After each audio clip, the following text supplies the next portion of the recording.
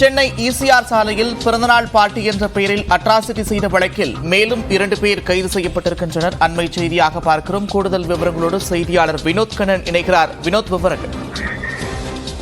நந்தா, கடந்த மாதம் 5ஆம் தேதி அன்று சென்னை கிழக்கு கடற்கரை சாலையில் நள்ளிரவில் பிறந்தநாள் பார்ட்டி என்ற பெயரில் வாகன ஓட்டிகளையும் பொதுமக்களையும் அச்சுறுத்தும் வகையில் பல்வேறு இடையூறுகளை செய்துள்ளனர். குறிப்பாக சென்னை சைதாப்பேட்டை பகுதியை சேர்ந்த எழிலரசன், இவர் கஞ்சா வியாபாரி என கூறப்படுகிறது. அவரது பிறந்தநாள் விழாவை கொண்டாடுவதற்காக சென்னை கிழக்கு கடற்கரை சாலை பனையூரில் 10வது அவனியில் ஒரு தனியார் விடுதி எடுத்துள்ளனர். அந்த விடுதியில் அதிக அளவு ஆட்கள் குவிந்ததால் அது விடுதிக்கும் இந்த எழிலரசன் தரப்பினருக்கும் வாக்குவாதம் ஏற்பட்டதில் அங்கிருந்து அனைவரும் சாலைக்கு வந்து சாலையின் நடு சாலையில் இவருக்கு பெரிய கேக் வெட்டி பணம் மாலை, பணம், கிரீடம், வாள் கொடுத்து இந்த பிறந்தநாள் விழாவை மக்கள் அச்சுறுத்தும் வகையில் கொண்டாடியுள்ளனர். அதே போல் இந்த பிறந்தநாள் விழா கொண்டாடிய பிறகு ராட்சத மாலை சுமார் 200 கிலோ மாலை இறங்கியுள்ள மாலையை ஒரு கிரேன் மூலம் மாலை அணிவித்து மிகவும் இந்த பகுதி மக்கள் அச்சுறுத்தும் வகையில் அந்த ஒரு பிறந்தநாள் பார்ட்டியை கொண்டாடியுள்ளனர். அதே போல் பிறந்தநாள் பார்ட்டி கொண்டாடிய பின்பு இந்த கிழக்கு கடற்கரை சாலையில் கார் மற்றும் இருசக்கர வாகனத்தில் சென்றவர்கள் கத்தியை சாலையில் தீட்டியபடியும்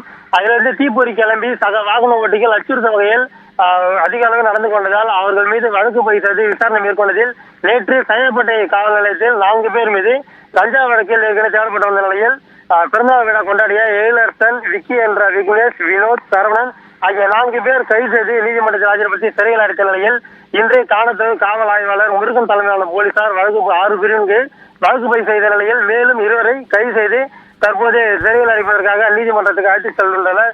சென்னை சைதாப்பேட்டையை சேர்ந்த வெங்கடேஷ் மற்றும் இம்ரான் இருவரை மட்டுமே தற்போது கைது செய்துள்ளனர். மேலும் சிலரை போலீசார் தேடி வருகின்றனர். நன்றி வினோத், விரிவான விவரங்களுக்கு.